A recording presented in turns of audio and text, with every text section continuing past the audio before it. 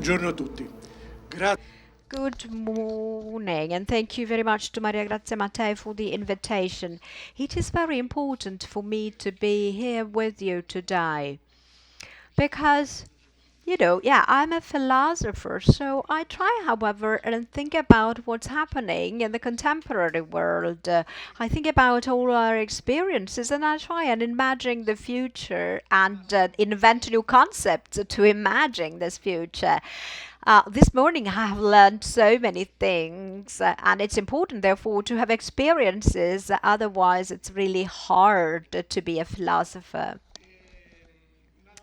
Another thing you need, as it emerged, we need to go beyond the borders of the disciplines. We need to collaborate, otherwise it's pointless. All of our efforts are pointless and we go nowhere. So we need to collaborate among the different disciplines. I'll speak in Italian because I apologize, I cannot speak. I have no control of English as I have no control of my daughter, but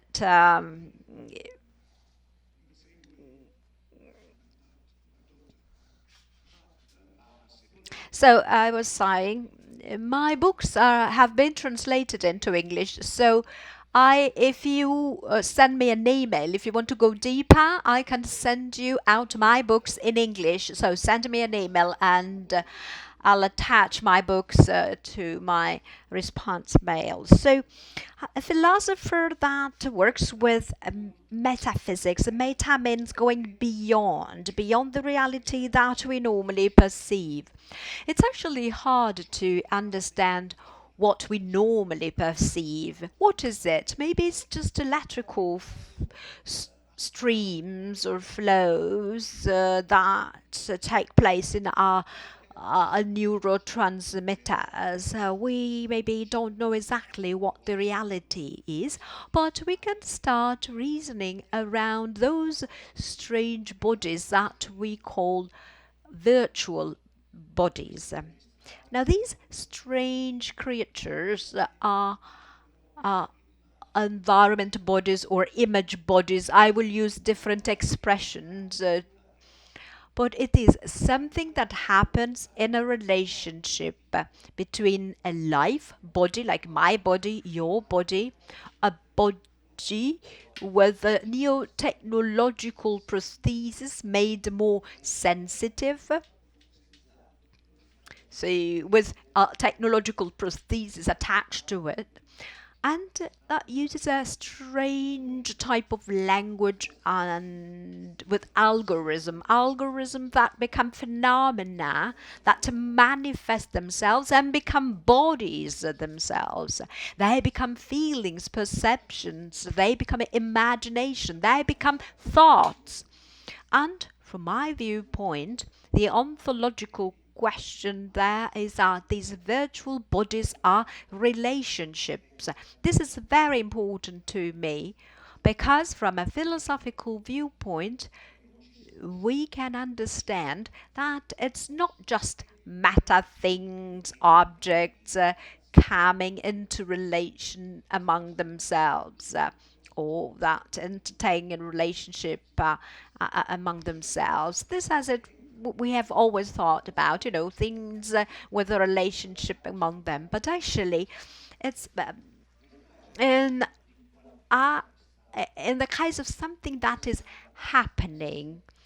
It's nature having something new emerge. These strange hybrid objects, which are not objects as we will see. So these strange hybrid sort of creatures, relationship is what comes first. And in this category of relationship, well, this is so important to think about reality.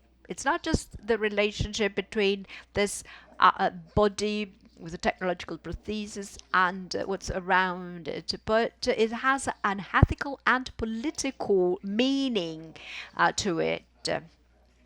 Uh, and now, these virtual bodies and their ontological characteristics and features. It's not things that exist in reality or that are already there, but they start being part of our experience, and they will make up the world where my children and my grandchildren will live in. So this body has two main features. It is interactive and immersive. This immersiveness feature is very important, and Maria Grazia will dwell upon it. And also interactivity is key. Immersiveness and interactivity are what allow us to approach the experience of something new in the being. So now we need to understand better this point. So let's try and tackle the ontology of this virtual body. Now, this virtual body is an image environment body. It synthesizes these two elements. And I would like to focus your attention on the fact that it seems that there is no the classical distinction between objects and events is not anymore there, because normally these are the objects and one thing is event, like a football match or whatever happens. So things, objects are different from events, whereas this new body is a hybrid thing, and there's no distinction in there between objects and events. There's a relative stability. It stays there in time as objects, but as in the case of events, it is only there if there is an interaction between the body and this sort of IT language. So it produces emergencies, and it's not a system of elements, but it's a dynamic complex, this digital body. It's a dynamic complex, and its borders are determined by the relationships. The relationships are changing the systems making up this body. And I'll go deeper on this concept. From my viewpoint, virtual bodies are like intermediaries or an intermediary reality for different reasons. They escape this object event dichotomy I was mentioning before, but they also escape another dichotomy which is key for our experience, that between the inside and the outside. I mean, what is more fundamental than the difference between inside and outside? I mean, inside, I'm imagining this room with you, hoping that you're following me and paying attention to what I am saying and hoping that it is relevant for you. So I have this image of you, that of my children, here inside. External, this is you here, this object. The difference between inside and outside, internal and in and out, is an important dichotomy. But virtual bodies are not in or inside or outside things. They're not simple bodies, they are image bodies. Let's try and think about this body, which is an image at the same time, or think about the image where you are, where you live. So with virtual bodies, we transpass that sort of physical material relationship with the outside, and we go beyond that mere cognitive personal meaning of the inside, and we configure what I like recalling room productive chiasm, this intertwining between the inside and outside, and at the same time we have this tangling of positivity and negativity, and object event, inside outside, objective subjective. We transpass the usual ways of thinking, of course, if we manage to do so, to go beyond them.